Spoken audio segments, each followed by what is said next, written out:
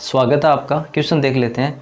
दो समांतर रेखाएं हैं ए बी और कौन सी है सी डी। दो समांतर रेखाएं, एक तिर्यक रेखा दी गई है और देखो ये कोण कितने डिग्री का दिया गया है 50। ये दोनों समांतर है ए बी और सी डी। हमने पढ़ा था समांतर रेखाएं और एक तिर्यक रेखा है तो इससे जो कोण बनते हैं वो हम पढ़े थे। एकांतर पढ़ा था, संगत पढ़ा था, शीर्षाभिमुख पढ़ा था और कौन सा पढ़ा था, तिर्यक रेखा के एक ही ओर बने हुए अंतःकोण भी पढ़े थे। अब देखो ये कितने डिग्री का है 130 है और ये दो लाइन्स है। ये लाइन्स है ना, एक तो सी डी और एक अपनी जो मान लो इसको कोई लाइन है एल। ये दोनों लाइन्स है, ये तो एल और ये है सी डी। तो ये दोनों क्रॉस कर रही है, क्रॉस करती है तो इससे बनने वाले कोण कौन से कोण कहलाते हैं, शीर्षाभिमुख कोण। तो ये 130 डिग्री का है तो y का मान कितना होगा, y का 130 डिग्री। कोण y बराबर होगा 130 डिग्री। क्यों? क्योंकि ये शीर्षाभिमुख कोण है। कौन सा कोण है? शीर्षाभिमुख कोण। यहाँ तक क्लियर है सबको? तो कोण y का मान हमारे पास आ गया। कितना है कोण y? 130 डिग्री। अब बताओ कोण अक्ष का मान कितना होगा? कोण अक्ष का मान भी होगा 130 डिग्री। क्यों? क्योंकि देखो कोण अक्ष बराबर है कोण y के। क्यों बराबर है? क्योंकि ये क्या है, एकांतर कोण है। हमने पढ़ा था पिछली क्लास में एकांतर कोण। एकांतर कोण कौन से होते हैं? ये दो समांतर रेखाएं एक तिर्यक रेखा काटती है तो दोनों तरफ जो कोण बनते हैं वो कहलाते हैं एकांतर कोण। तो कोण अक्ष बराबर किसके? y के बराबर में है 130 डिग्री। मतलब क्या हो गया कि दोनों ही कोण का मान है 130 डिग्री। वैसे कोण अक्ष किसके बराबर है? किस कोण धर्म से? संगत कोण। संगत कोण क्या होते हैं? समान होते हैं। तो ये हो गया है संगत कोण। संगत कोण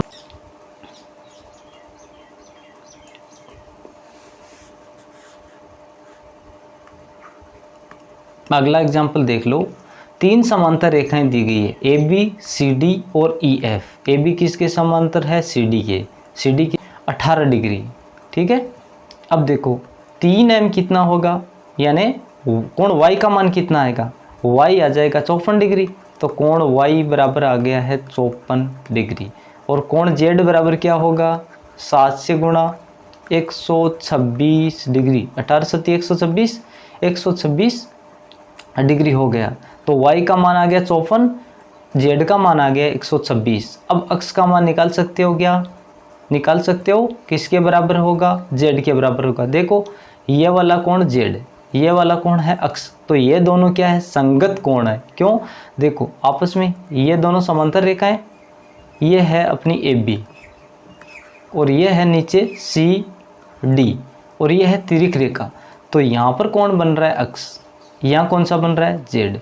ये दोनों क्या है? संगत कोण। और संगत कोण क्या होते हैं? आपस में समान, हमें पता है।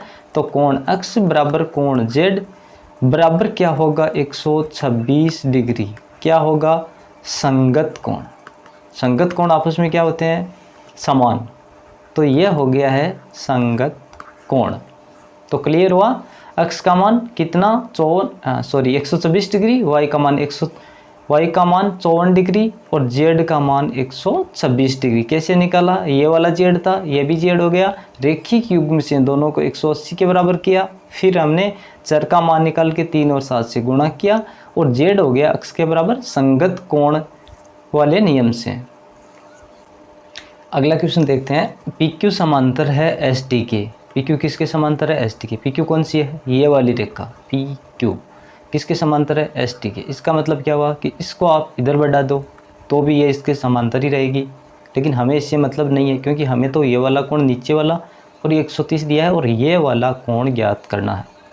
तो ये कैसे ज्ञात करेंगे? हमें कुछ आइडिया नहीं है क्योंकि ये कोण भी नहीं है, ये भी नहीं है। तो हम एक जुगाड़ लगाते हैं। जुगाड़ क्या होगा? इन दोनों के समांतर या ST के समांतर एक रेखा खींच लेते हैं। यहाँ से इसके समांतर रेखा खींचेंगे R से होते हुए। ये रेखा सीधी हमने एक ड्रॉ कर ली। तो अब ये जो रेखा है मान लो L है रेखा, L इनके समांतर होगी PQ ST समांतर L। ठीक है। तो अब देखो ये वाला जो कोण बनेगा ये कितने डिग्री का बनेगा? आप ही बताओ। अंदर बने हुए कोणों का योग कितना होता है? अंतः कोणों का 180। तो ये कोण बन जाएगा 50 डिग्री का और इनका योग भी अंदर जो कोण बनेंगे समांतर रेखा के तिरक रेखा के एक ही ओर, इनका योग कितना होता है 180, तो ये कितना हो जाएगा 70 डिग्री। 70 और 50 कितने हो गए 120। रेखिक युग्म है ना, ये सरल रेखा है, इस पे बने हुए कोणों का योग कितना होता है 180। तो कोण मान लो ये तो कोण हमें पूछा ही है,